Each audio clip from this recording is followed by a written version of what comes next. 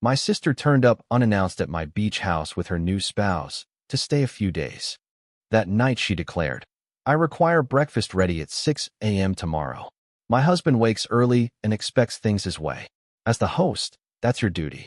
So I set the alarm for 3 a.m. and devised a little surprise in their morning coffee they'll never forget. Can you imagine working your entire life, making countless sacrifices, just to finally own something, anything of your very own? And then, in a single, jaw-dropping moment, your own family decides it's theirs for the taking, with you as their personal servant. This isn't just a story about boundaries. It's about the day I realized I had to fight for my life back, even if it meant turning my sister's teeth bright blue. So, my name's Miles, I'm 33, and for as long as I can remember, I've been the fixer in my family. You know the type. The one who shows up with jumper cables, who remembers every shoe size, who quietly sends money, just until payday, and expects nothing back. I own a small clothing shop, and trust me, I've dragged that business through some ugly years, tourist seasons that felt like winter in July. But last year, I finally did something for myself. I bought this tiny beach house. It wasn't fancy, 2 bedrooms, one perpetually squeaky screen door, a porch that always smells like salt and coffee. But it was mine. My first real thing that was truly, completely mine. That Friday, I came home from the shop, utterly exhausted, and there she was. My sister, Tessa, and her new husband, Cole, just sitting on my porch. No call, no text, nothing. Just them, and a mountain of suitcases, like my little beach house was some kind of free hotel. Tessa gave me this quick, almost dismissive hug, like a customer returning a sweater they didn't even want. "Surprise," she chirped. "We just needed a little break." Cole's been so stressed. Cole flashed this smarmy smile, the kind of smile that says he believes the world is a vending machine, and all he has to do is kick it hard enough to get what he wants. My eyes automatically went to their luggage. "A little break? How long is that?" I asked, a knot forming in my stomach. Tessa just waved her hand, totally nonchalant. "Oh, just a few days. You'll barely even notice us." "Oh, I noticed. Believe me, I noticed. I noticed instantly. The guest towels I just folded on Sunday, already in a soggy heap. Wet footprints tracked through my hallway. Cole was rummaging through my kitchen drawers like he expected to find a concierge bell. We ended up eating takeout on paper plates that night, and I tried to be reasonable. "Look, I've got an early morning at the shop," I said, hoping they'd pick up on the hint. Tessa just squinted at my ocean view, like she owned the entire horizon. "Can you turn the waves down?" she joked, laughing at herself. After the dishes were in the trash, and Cole had absolutely blasted my speaker with a playlist that sounded like an engine misfiring, Tessa stood up, stretched, and then just dropped it. Like she was reading a rule everyone already knew. "I want breakfast ready at 6 a.m., she declared. "Cole wakes early, and he likes everything his way. As the host, that's your job. Everything her way." Cole didn't even look up. He just nodded, like he was approving my schedule. I heard my own voice, surprisingly calm, say 6 a.m. "Eggs, bacon, oat milk," she rattled off. "We're off dairy this week. And he needs coffee. Hot. Like tongue burn hot." I just smiled. It felt like stretching fabric too far, pulling it taut, just before it rips. "Sure," I said. Later that night, at 9 p.m., I wasn't setting one alarm. I set 3. All for 3 a.m. Not because I'm some kind of saint, trust me. No, I had a little surprise brewing. A harmless one, sure, but something I knew they'd remember every single time they tried on that "we own you" tone with me again. I lay there in bed, listening to the rhythmic crash of the waves and the faint clanking of my old radiator, an old habit. My mind started counting all the things I'd paid for over the years, just so they could have the luxury of talking to me like I was their hired help. Shoes, rent, dentist bills, a security deposit I never saw again. The first tears pricked my eyes before I finally drifted off. 6 a.m. would come, and so would I. But this time, I wasn't the doormat. No, I was the door. See, I didn't come from money. I came from a family that pretty much thought I was their personal line of credit. Mom had this mantra: family helps family. Her unspoken subtext: Miles helps everyone. And Dad, his add-on was always, "You're the oldest. You owe." It started so small, so innocently. Gas money for Tessa here, new cleats for my brother Nate there. Then textbooks. Then temporary rent when Dad's hours got cut. I was barely 20, working 2 jobs, stocking shelves at a chain store at night, folding thrift finds into something people actually wanted by day. I learned how to stretch $10 like it was pure elastic. When I finally opened my own shop at 27, they cheered in the family group chat like they'd won a lottery prize they could spend. "Proud of you, honey," Mom typed, immediately followed by, "Can you spot us until Friday? The electric bill is insane." And you know how it goes. That "spot us until Friday" would slide into Monday. Then Monday would stretch into next week. Every single time. And God forbid I ever hesitated. That's when I'd get the line that chilled me right to my bones. "Don't be selfish, Miles. You're so good at money." Translation? You know how to make it, so just give it to us. Tessa, especially, always had this uncanny way of stepping into any situation, anything I had, like she'd personally paid for the floorboards. She spent 2 years at community college, 3 years finding herself, and 1 long year essentially borrowing my car full-time. Weekend after weekend, I'd watch my gas light flicker on, only to hear her breezy, "Oops, thought I filled it up." I kept telling myself it was temporary, that once the shop got steady, I'd finally set some boundaries. But when steady finally came, all that meant was more requests.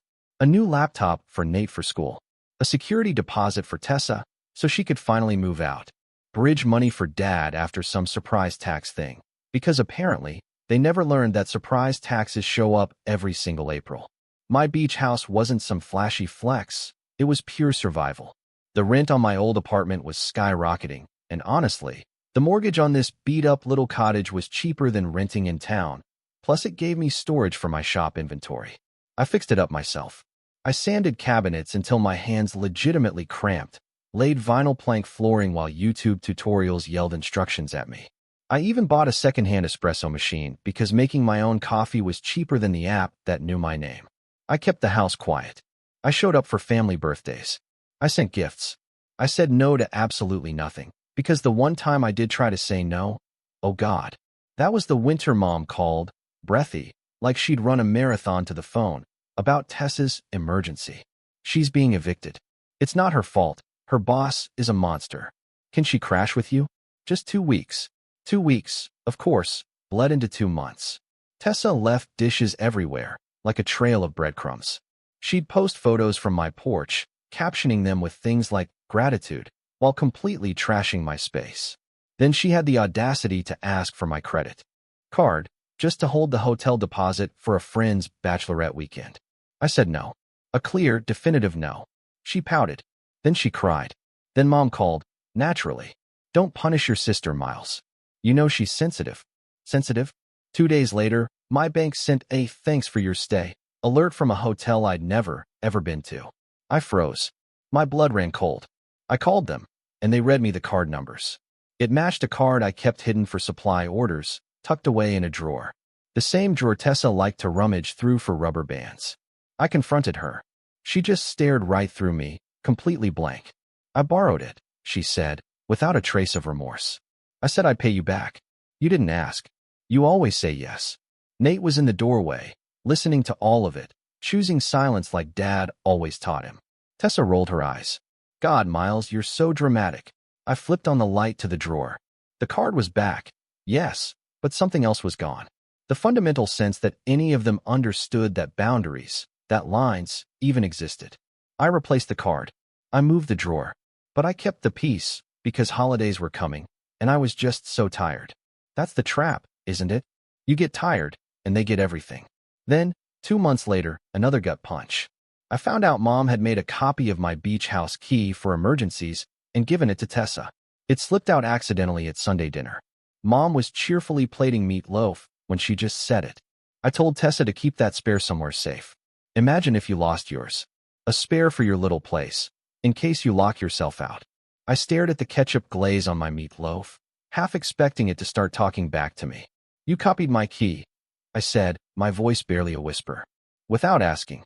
Mom just smiled, like she was patiently teaching a child about kindness. "Miles, family trusts family." I pictured my drawers, my coffee, my very own bed. "No," I said, my voice growing stronger. "Family asks." Dad, without even looking up from the game, grumbled, "Don't be petty. You're so rigid." That night, I drove the hour back to the beach house and changed every single lock. The next day, my phone blew up. It was Tessa. Hilarious. We were locked out with Cole. Had to get a motel. You owe me. I didn't respond. I put my phone on airplane mode and just slept. For 10 glorious hours. The following week, she called with an apology, the kind that screams a second favor is right around the corner. And it was, could we use the house for a weekend? Just us. We won't bother you. No, I said. It was a complete sentence. So unfamiliar, I almost didn't recognize myself. She made this sharp, disgusted sound, like she'd bitten into an olive pit. Wow. After everything I've done for you. Like what? I shot back. You know, emotional support. We're family. I hung up. My neck prickled with sweat. Saying no felt like lifting this impossibly heavy crate, but it was lighter than I expected. Then Mom called. Then Dad. Nate just sent a thumbs-up emoji, his classic way of saying, I'm not getting involved. Tessa sent a heart emoji, followed by a screenshot of a beach sunrise captioned, manifesting. And then, they showed up anyway. 2 people, a mountain of suitcases, and an entire list of expectations. Host, she declared, like it was my official job title. Breakfast at 6. The old Miles, the fixer, would have made a grocery list and just swallowed that insult. But the new Miles? I set an alarm. I wasn't going to be cruel. I was going to be clear. Coffee, I decided, has a very particular way of drawing lines. And mine was long overdue. At 3 a.m., the house was utterly silent, save for the whisper of the ocean and the creak of the old floorboards. I showered. Because pettiness, I decided, doesn't have to be messy. I ground the coffee beans, filled the machine, and pulled 2 perfectly rich shots into mugs I honestly wouldn't mind losing. Then, with a quiet, almost surgical precision, I stirred in the surprise, food-grade blue coloring. Just a few drops, completely harmless, odorless, the kind bakers use to make those fantastical ocean-themed cakes. I tested a sip of my own coffee. Good. Strong. And when I smiled, my teeth, I noticed, glowed with a faint, mischievous blue. I made their eggs. I crisped the bacon I bought. I poured oat milk like a 5-star hotel show-off. Then, I slid into my chair, nursing my black coffee, which was, you know, just coffee. They shuffled out at 6:07 a.m., rumpled and oozing entitlement. Tessa yawned. Cole scratched himself like a human alarm clock. Breakfast, I announced. Tessa sniffed disdainfully. Finally, they started eating. And drinking. It took exactly 3 minutes for Cole to notice. He licked his teeth, frowned. Huh, babe. Tessa glanced at her phone camera, then gasped, a dramatic, theatrical gasp. Why are my teeth blue? Cole swiped to his front camera. What the? He looked like a cartoon villain, his face a mask of shock. He rubbed at his mouth with a napkin, only making it worse, smearing blue across his chin. I didn't smile. My voice was calm, neutral. Oh, new beans, I offered. Must be the roast. It's die, Miles. Tessa snapped, dabbing frantically at her lips like I'd just physically injured her. Are you serious? Completely safe, I said, but hard to ignore. Like a boundary. Cole was spluttering. I have calls. I can't go on video like this. You can reschedule, I suggested. Or, you can listen. Tessa glared. You think this is funny? No, I said, looking her dead in the eye. I think this is necessary. I calmly slid a thick folder across the table. Printed statements, Venmo screenshots, meticulous notes. I'd stayed up half the night putting it all together, because if I was going to draw a line, I wanted it perfectly straight. You've treated me like a wallet with arms, I said, my voice steady. That ends now. Here's what you owe me. Here are the dates. Here are your signatures. Here are the texts where you promised to pay me back. I tapped a page, highlighting her heart emoji, and a Friday, I swear, under a $480 transfer. She stared at the little hearts like they had suddenly betrayed her. I was going to, she stammered.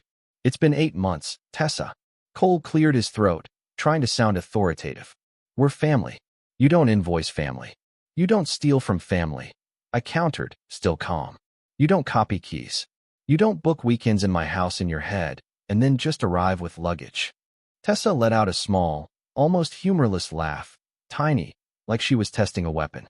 God, you sound like Mom when she's performing victim. Speaking of Mom, I placed my phone on the table, speaker on, the family group chat open. I typed a message at 5:59 and had it hovering. Now I hit send. House is not a free hotel. Guests follow rules. Money owed must be repaid. If you don't like that, don't come. Then, I attached 2 pages of the ledger. Within seconds, dots started bubbling in the chat. Miles, don't be cruel. Mom typed. This is extreme, Miles. Take it offline. Dad chimed in. Nate, delete that. Tessa hissed at me. No, I said. Also, check the guest bathroom. I taped a new sign above the towel rack last night, printed in a simple, clear font. Guest rules. Ask before inviting others. Clean up your dishes. Replace what you finish. No overnight guests without permission. No using Miles's cards. Violations equal immediate checkout. She stalked down the hall, and her laugh echoed back, completely devoid of humor. What are you, a motel? I'm a person, I stated. This is my home. Cole finally found his voice, a little shaky. We can't leave today. We just got here. You can stay 2 nights, I said. Under the rules. And you'll leave a deposit. I slid a small square across the table towards them. It was a QR code for a payment app, printed and taped to a coaster. $300. Right now. You're charging your sister? Her voice climbed like a siren. I'm asking for respect. They stared at that coaster like it was a court summons. Tessa's phone dinged. Mom again. We'll talk when emotions settle.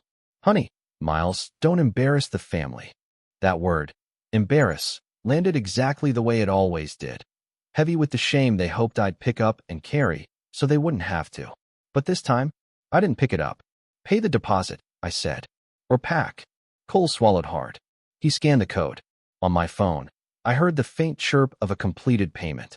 Tessa watched the money leave her account like it was blood draining from her veins. You're unbelievable. No, I replied. I'm clear. She looked at my coffee, then at her own blue smile reflected in her phone camera. You're petty. I'm awake. I stood up.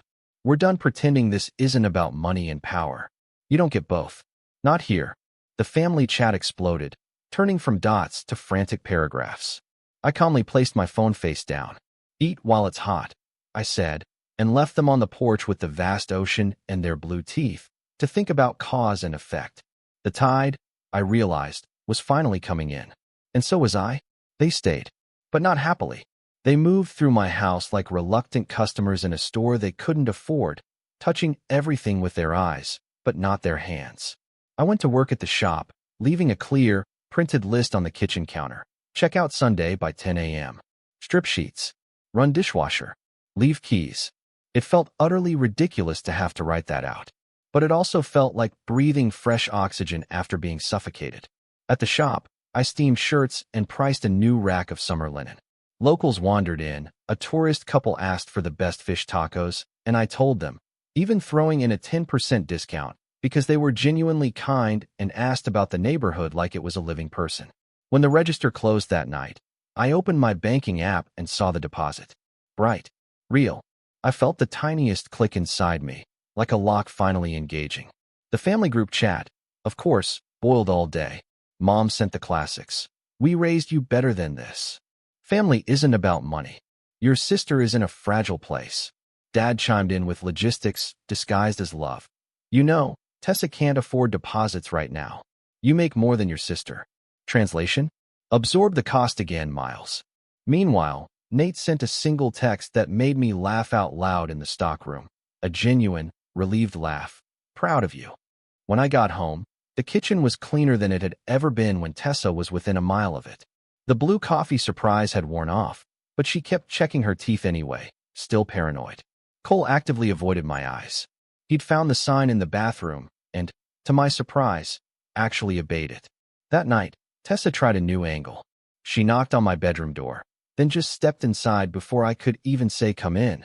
We can talk, she said, perching delicately on the arm of a chair like she was posing for a magazine.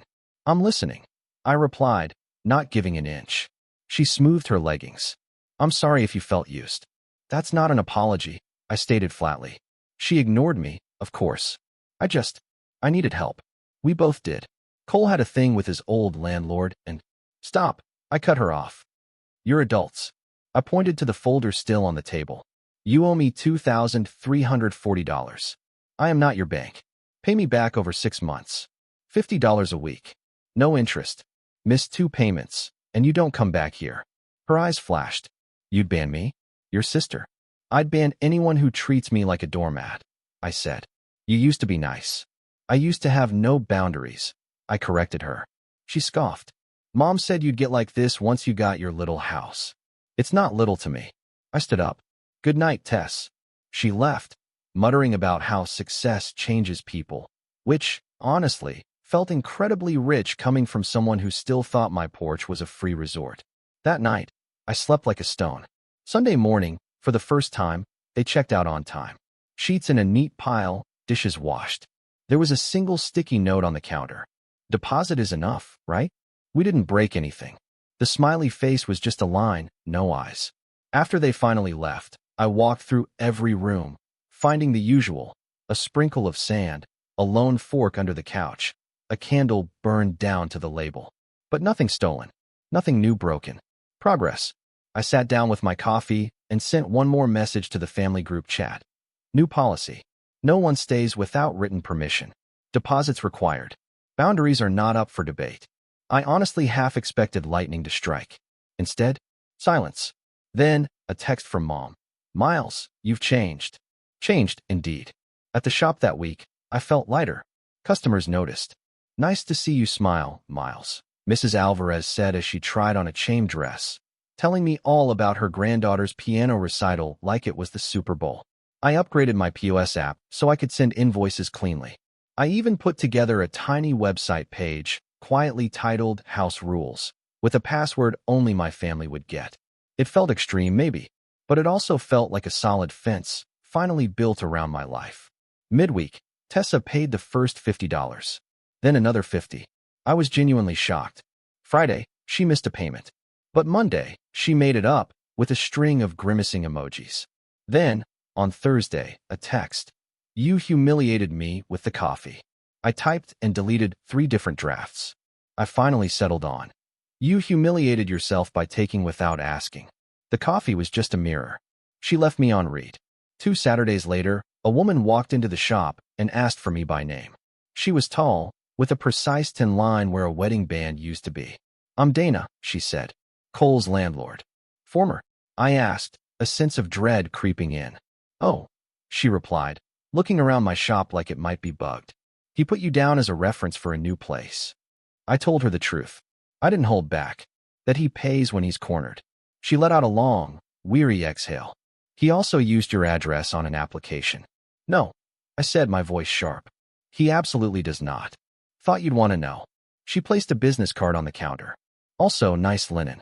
She left with 2 shirts, paying full price, which felt like a small, unexpected good omen. That night, I messaged Tessa. Remove my address from anything you filed. Now, if you don't, I'll report it. Her reply was instant, fast, and furious. What is wrong with you? Why are you against my happiness? I didn't answer. I just sent a single screenshot of Dana's business card and the word no. Then, I blocked her for 24 hours, giving us both the precious gift of not escalating. That Sunday morning, Mom tried a new tactic. Pity, served up on a digital platter. We're coming down to the beach to talk. I said no. Twice. In 2 separate text bubbles, so she couldn't possibly pretend she missed it. She sent a rambling paragraph about how I used to be so generous. My reply? 1 simple sentence. Generous has boundaries. The next few days felt like this amazing window where I got to test my new spine, at scale. I said no to a request for a loan that smelled suspiciously like plain theft. I said yes to dinner with friends who, for a change, didn't measure my worth by what I could give them. I even took a half day from the shop and just sat on my porch, without waiting for the next family crisis to ring my phone.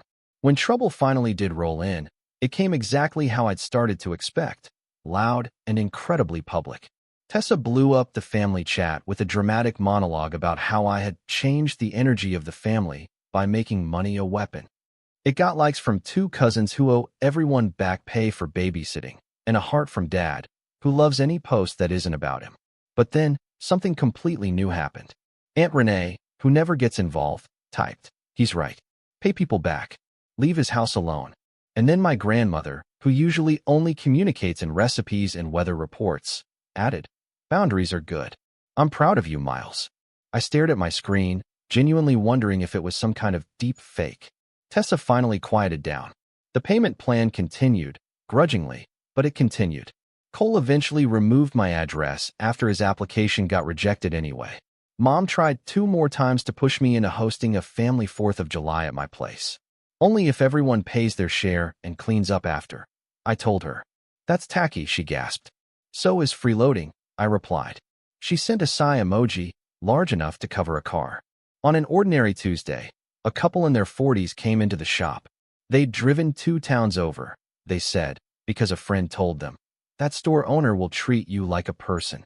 I helped them choose a jacket for a job interview, and they left smiling, genuinely happy. I locked up the shop that evening, walked straight to the water, and just let the wind slap my face until it stung. In that moment, I realized I'd been holding my shoulders practically up to my ears for years. And finally, they dropped. That night, I made coffee at 9 p.m. just because I could. And on an index card, I wrote my own rules for my own life. Pay yourself first. Answer when you want. No is a full sentence. People who love you don't need to be tricked into respect. I tucked it into the drawer where my spare keys live now.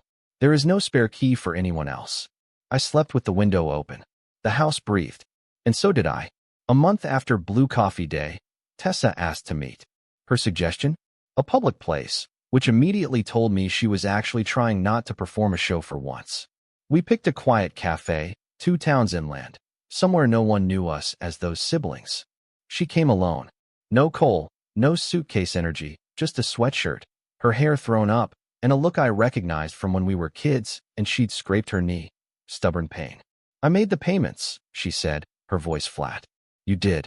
I hate that you made me. I didn't, I replied gently. Consequences did. She toyed with a sugar packet, that telltale fidget she uses when she's desperately trying not to cry. Mom says you're punishing me. I'm protecting me, I said. She nodded once, like she'd just heard that concept out loud for the very first time. Cole actually thought the blue coffee was genius, she mumbled. I snorted. Of course he did. Silence. Then, almost as an afterthought, she added, he moved out. She said it like she was telling me the weather. He liked the way you used to be. Always. Yes. I just sat with that. I didn't say I was sorry. I wasn't. I paid you, she continued, because I don't want you to close the door. I know I've been. She searched for the word, and for once, she found the honest one. Awful. I didn't rush to soothe her. You've been entitled, I corrected. She winced, but she didn't argue. I want to try to be better, she said. Trying is good. I replied, taking a slow sip of my coffee. Being is better. I don't know how to not do the thing where I assume you're the net. You start by asking, I said. Then you respect the answer. She blew out a breath. You're really not going to host the 4th, are you? Not without a budget, a cleaning schedule, and deposits, I affirmed. She laughed. A real one, this time. God, you're serious. I'm free, I said. That's different. We walked out into a sky piled high with low clouds. At her car, she hugged me. And this time, it felt like a person hugging a person, not a customer trying to return something used. Thanks for the coffee, she said. The regular kind. Anytime you ask, I replied. Back at the beach house, I made myself a fresh pot of coffee and wrote a short post-it note.